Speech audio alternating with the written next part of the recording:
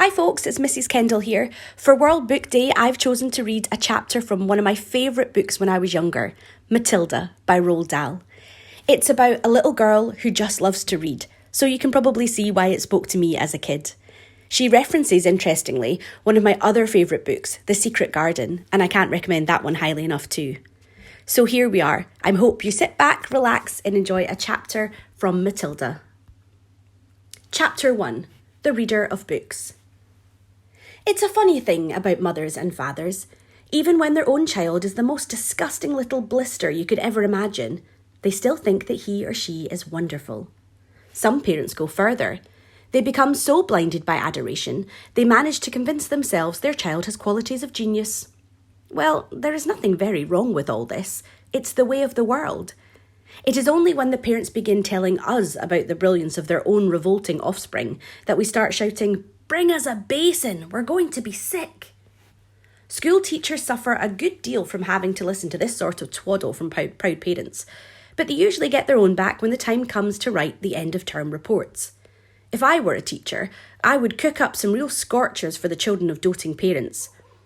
"Your son Maximilian," I would write, "is a total washout. I hope you have a family business you can push him into when he leaves school because he sure as heck won't get a job anywhere else." Or if I were feeling lyrical that day, I might write, "It is a curious truth that grasshoppers have their hearing organs in the sides of the abdomen.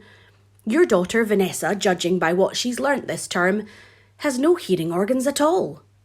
I might even delve deeper into natural history and say, "The periodical cicada spends 6 years as a grub underground and no more than 6 days as a free creature of sunlight and air.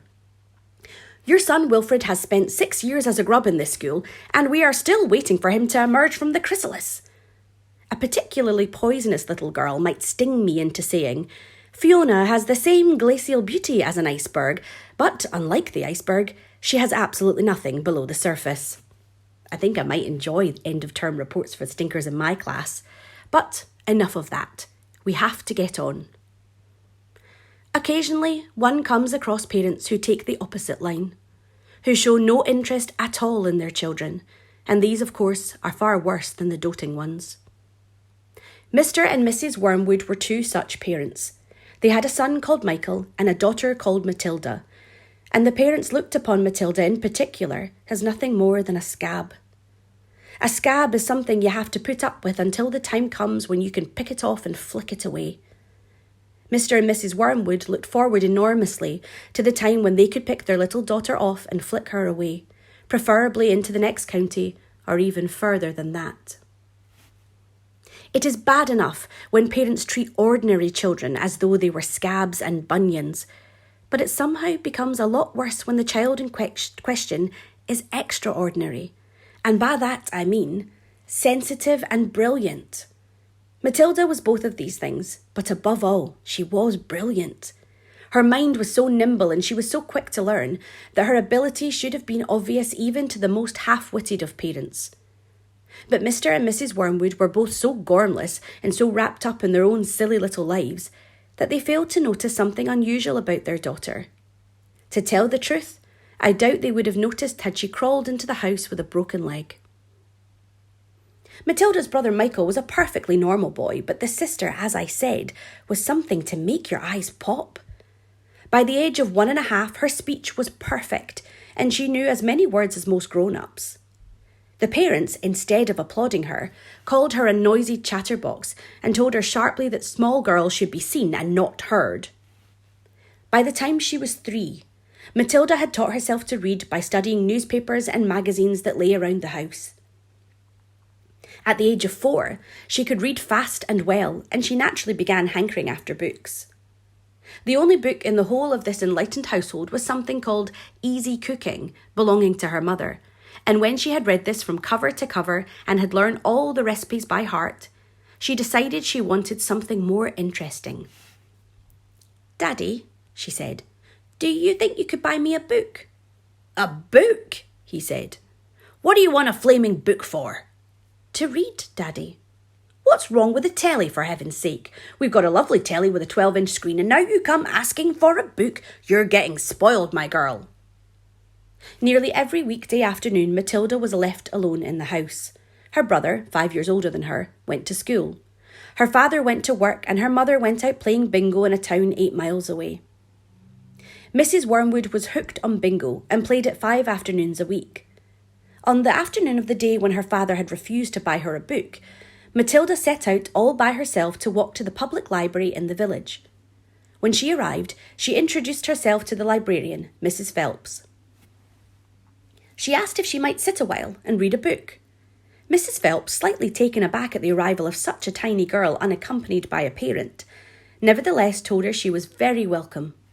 "Where are the children's books, please?" Matilda asked. "They're over there on those lower shelves," Mrs. Phelps told her.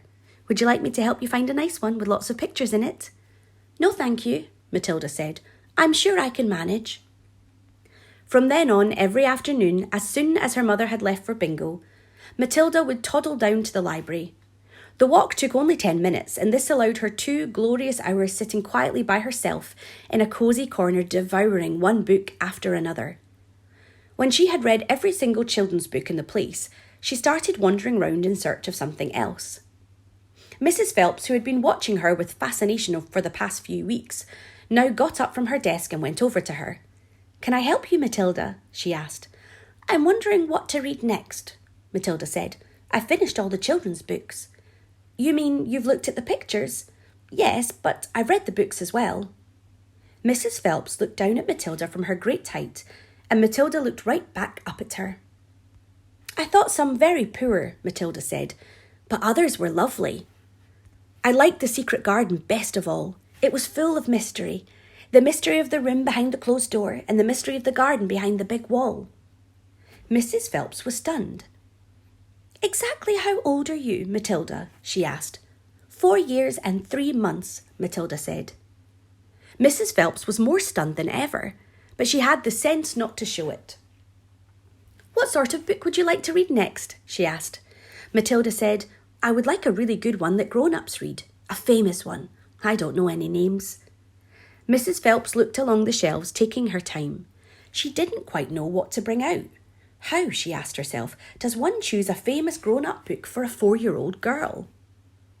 Her first thought was to pick a young teenager's romance of the kind that is written for 15-year-old schoolgirls, but for some reason she found herself instinctively walking past that particular shelf.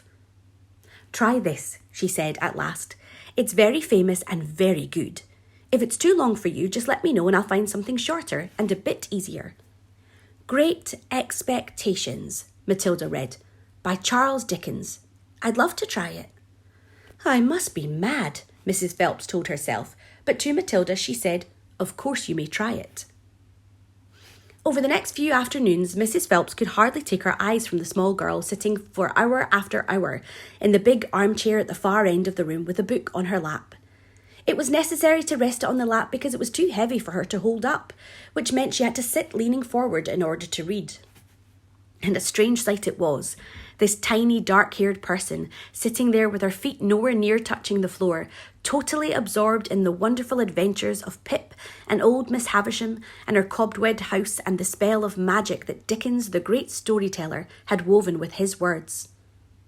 The only movement from the reader was the lifting of the hand every now and then to turn over a page, and Mrs. Phelps always felt sad when the time came for her to cross the floor and say, "It's 10 to 5, Matilda."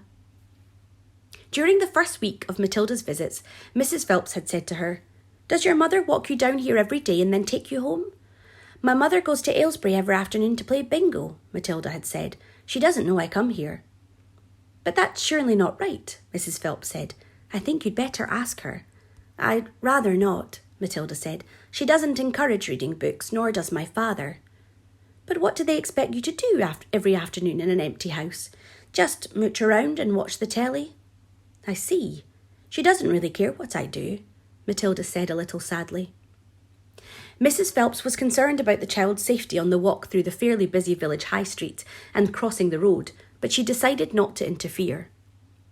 Within a week, Matilda had finished The Great Expectations, which in that edition contained 411 pages.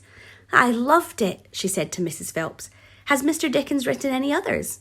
"A great number," said the astounded Mrs. Phelps. "Shall I choose you another?"